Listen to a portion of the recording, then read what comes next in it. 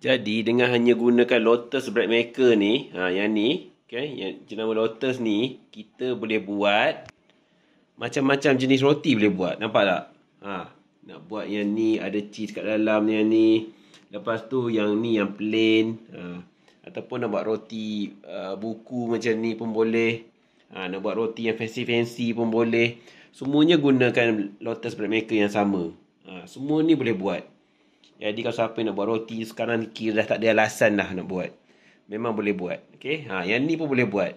Cumanya yang bentuk-bentuk semua ni memang kena ada acuan lah. Ini kenalah beli acuan. Yang contoh macam roti buku ada acuan dia. Macam roti ni ada acuan dia.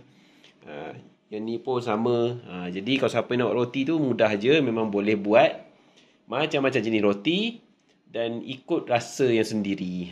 Nak buat macam mana, lebih apa, lebih tu, lebih ni. Nak letak coklat ke apa kat dalam, ikut suka lah. Yang penting dia guna bread maker yang sama je.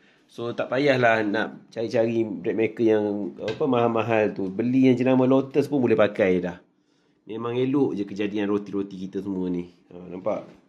Okay, kita zoom dekat sikit tengok roti ni. Tengok.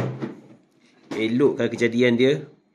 Dia resepi roti tu paling penting. Jadi kalau tahu resepi roti tu boleh tengok video-video kita sebelum ni. Ada je kita share semua resepi roti. Ni buat semua guna Lotus Bread Maker je. Bread Maker lain tak tahulah, tapi yang ni semua buat guna Lotus Bread Maker je. So siapa yang nak try tu boleh try lah.